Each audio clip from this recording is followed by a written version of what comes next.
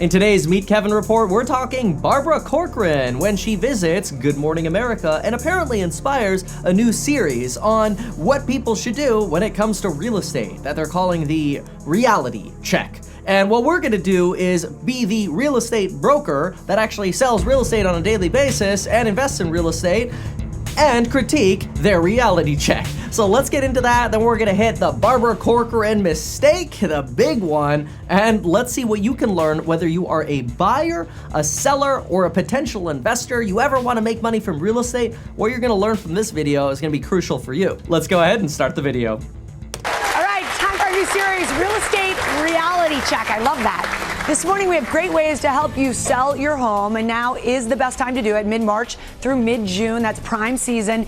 And making a few upgrades can really make a huge difference. Shark Tank's Barbara Corcoran, who knows all about this, will join us in a moment. But first, here's a look at what one family is doing to get the bucks. It's selling season, and the Eichenholz family is ready to move on. And now that it's time to sell, they're giving the house a facelift, hoping for a top dollar sale. We want our house to be the kind of home that a buyer would walk into and think, wow, this is incredible. We can make our home here and it's perfect the way it is.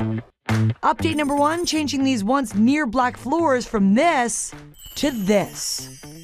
Okay, this is where I'm going to pause and say, if they're keeping these gray walls, I think this was a mistake. See, even though the dark floors are dark, this flooring is of the beige earthy hue direction, that warm color palette, and the wall, the gray and the white, is of the neutral or maybe cool direction of a color palette. I think this is a big clash, and unfortunately, anything that I tell you that is bad for this seller loses money for them, but fortunately, if you are a buyer, if you see a seller making these mistakes, you profit the difference. Let's keep going with some more examples and you'll see what I mean.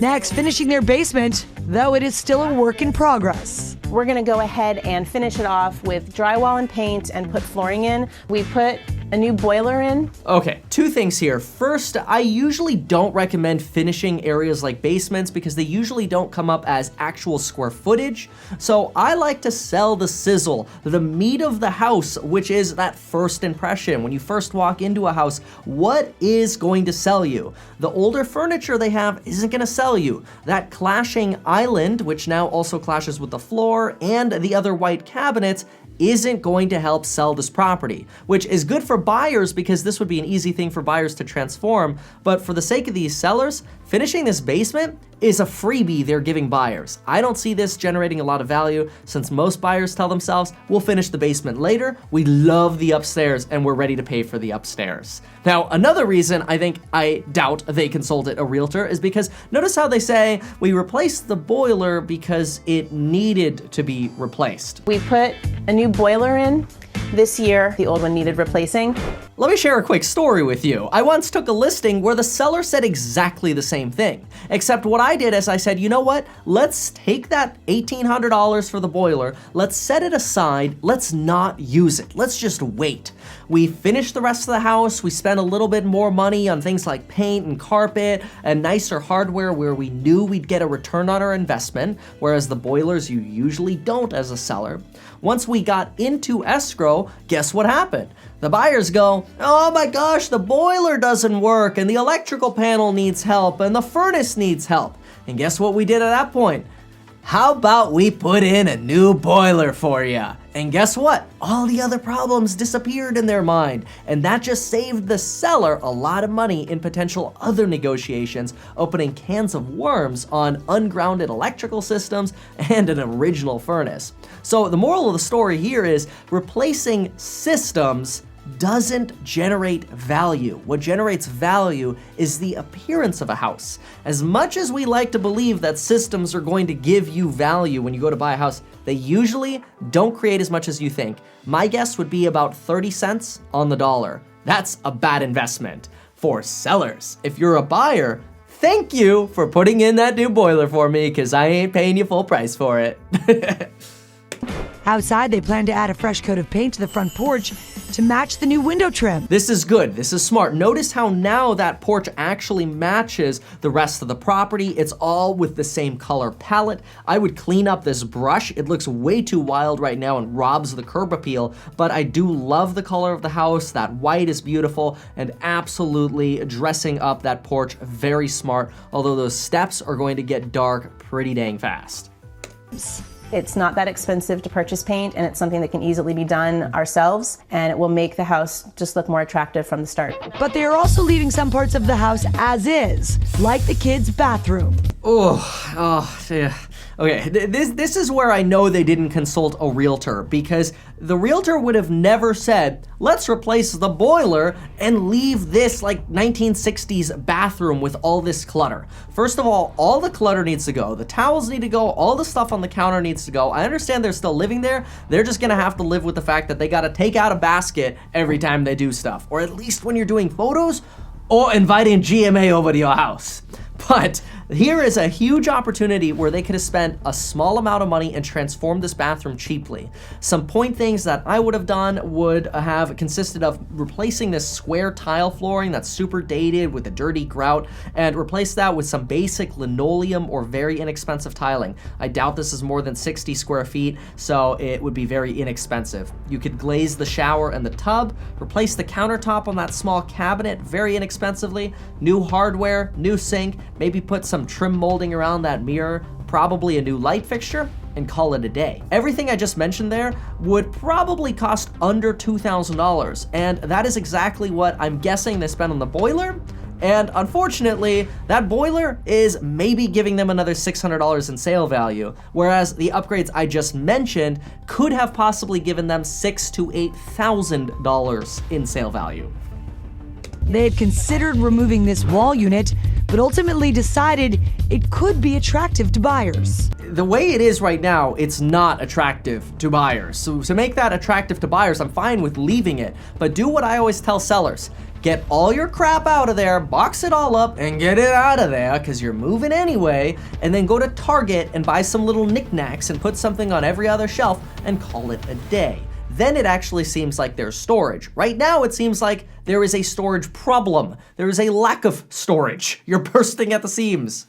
Storage is one of the most important things that anybody looks for in a house. We try to look at it through a buyer's eyes. What would we look for and what would we want to see? That's their first mistake right now. They're trying to be real estate professionals, and they're not. They should have consulted one.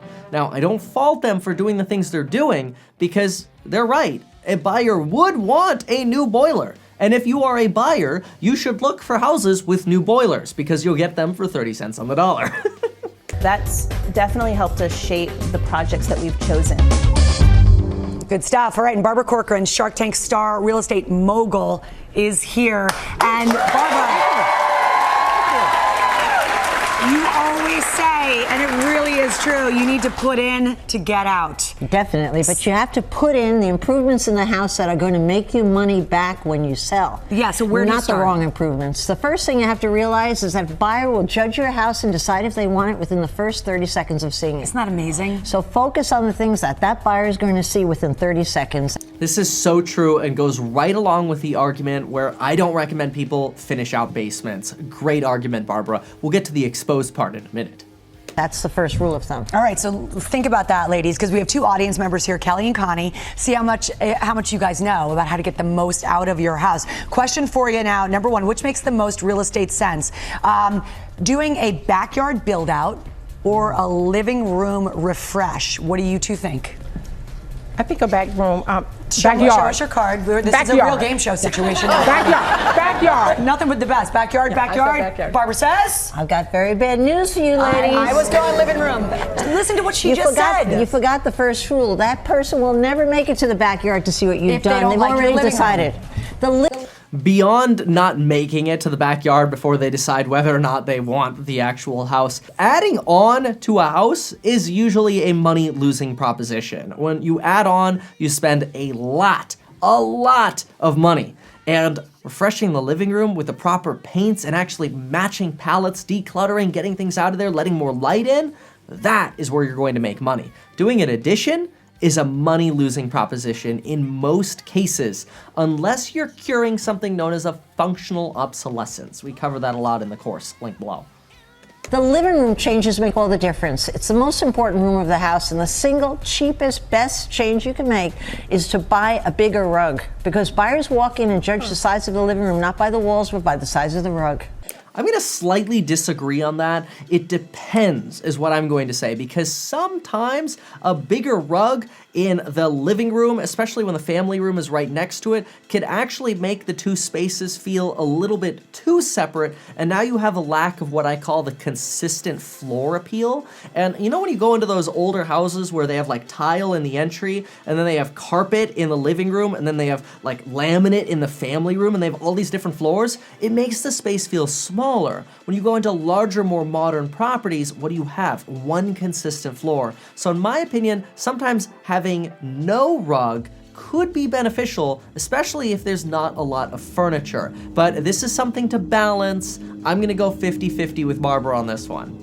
After that, it's just a matter of letting as much light in as you possibly can. So you want to dump your old curtains, get simple white shades, replace your light fixtures, put 100-watt bulbs in. You want to paint your walls a nice neutral color or white. Okay, two things were just said here. One is correct, one is very, very bad.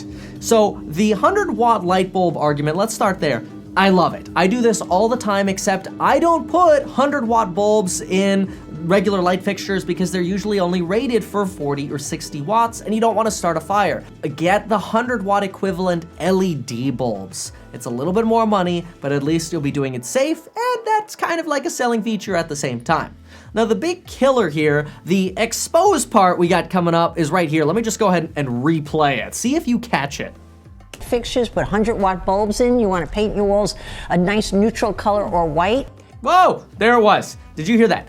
Or white. No. Look, yes, maybe in Barbara's ultra high-end luxurious mansions is it okay to go all white with the seamless baseboards. But for most normal people, which are the people that I work with on a daily basis, they're the people I work with in the investing course and the private live streams, no. White walls lead to lower sale values. In fact, Zillow has studied this and indicates that if you paint with taupe colors or gray colors, you usually see a value increase of the property, or what the property will actually sell for, in the range of $2,000 to $4,000, which could sometimes pay for the paint job itself. Whereas white walls don't generate that kind of attention. Said differently, houses with purely white walls, or like the Swiss coffee or Navajo white, and there's no contrast between the baseboard and the walls, those houses sell for much less than houses painted with the proper contrasting color schemes. And don't get me wrong, I'm not suggesting go with dark colors. You want the neutral colors Barbara alluded to,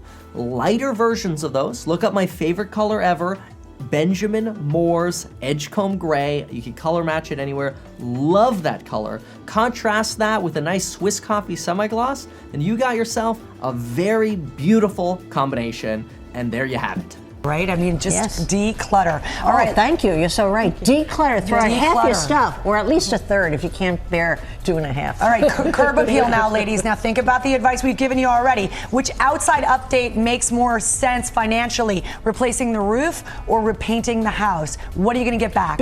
You guys all should already know the answer to this because I alluded to it a lot. You should know this. You should be screaming, what's gonna be better for a buyer? White walls are better for the buyer, right? Because you're gonna get it for a cheaper price. The boiler being installed, better for the buyer. Both of those things, bad for the seller. So what do we think about the roof? Careful, give it a moment's thought. You're wrong last time. This is the nicest game show ever, where you win nothing and get insulted. Go ahead. What do you say? You repaint the house or do the roof? I said repaint. You got a brain transplant. Great. Yes, that's right. You did it. Those are simple things. Guys, that's the main thing. Barbara, last line. We have 10 seconds. Remember, paint and flooring, that's where the money is in real estate. What's the last thing to think about? The most important thing to think about is ask yourself exactly how much money can I get back for what I'm spending, and ask a good realtor, they'll give you that answer. There's obviously a realtor out in the audience there. But anyway, great video. Hopefully you learned something from this. Let's just do a quick recap. When you're buying a house, what do you want to look for? You want to look for a seller that spent money on things like a boiler, windows, air conditioning, a furnace, the expensive stuff like a sewer line, plumbing, electrical, roof, or a driveway. That stuff really, really expensive. Find that kind of seller. Now couple that with trying to find the seller that didn't spend the money on the bathroom, the cosmetics in the kitchen, properly matching the colors, making it decluttered, because all of those things basically eradicate the value of all of the structural improvements that particularly these sellers did in terms of dual pane windows and the boiler. Big mistake for them. Good opportunity for a buyer. So there you have my response video to Barbara from Shark Tank being on GMA, their little series. Hope you learned something. Hope you get out there and find yourself what I call a wedge deal. That is generating value for you as a buyer. And if you're a seller or you're going to sell, well, I usually recommend you don't sell. So think critically about why you're selling in the first place, because you could be developing a rental portfolio for yourself rather than trying to trust somebody else or a fund with your money. Hope that helps. Feel free to follow me on Instagram. I post there pretty regularly. And of course, smash that like button because, well, that's about the cost of watching this video and maybe watching 1 or 2 ads. So thanks for being here, and we'll see you next time.